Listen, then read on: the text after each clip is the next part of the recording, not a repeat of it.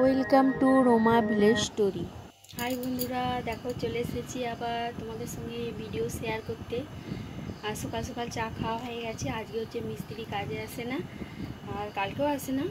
আর দেখো ও ছেলে হচ্ছে স্কুলে যাবে, আর তাড়াতাড়ি যাবে, পড়া আছে, পড়ে টোড়ে আর স্কুলে ঢুকবে। ওই করে ওর জন্য আমি একটু ডিম ভেজে দিচ্ছি।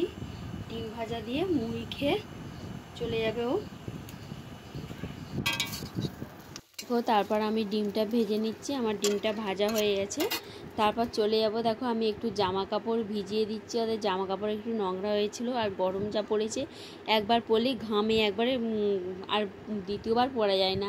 সেটাকে একটু জল সার্ফেতে একটু ভিজিয়ে রাখছি, পরে কেচে নেবো।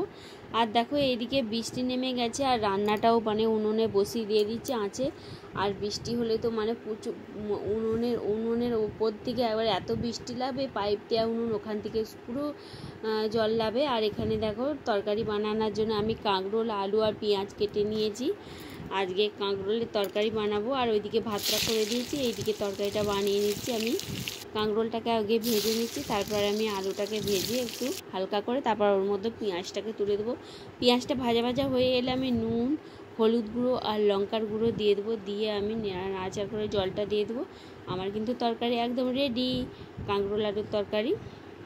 আর তারপর আমি কালকে মাছ নিয়ে এসেছিলো তোমাদের দাদাভাই বেলাতে, সেই মাছটা ভিজেছিলো। সেই মাছটা বার করে আমি পাঁচ পিস মাছ বানাচ্ছি বেগুন দিয়ে।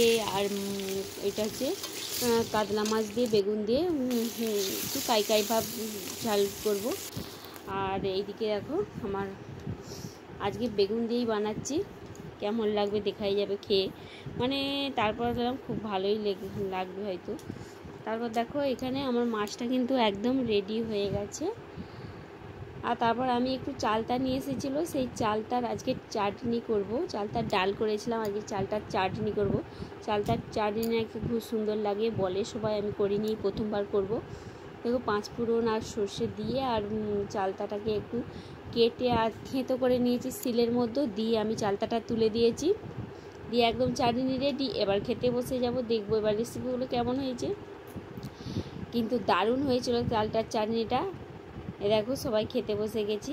আর ভিডিওটা এই পর্যন্ত করলাম। ভিডিওটা যদি ভালো লেগে থাকে তো চ্যানেলটাকে সাবস্ক্রাইব করে আমার পাশে থেকেও দেখা হবে আবার পরে ভিডিওটা। বাই।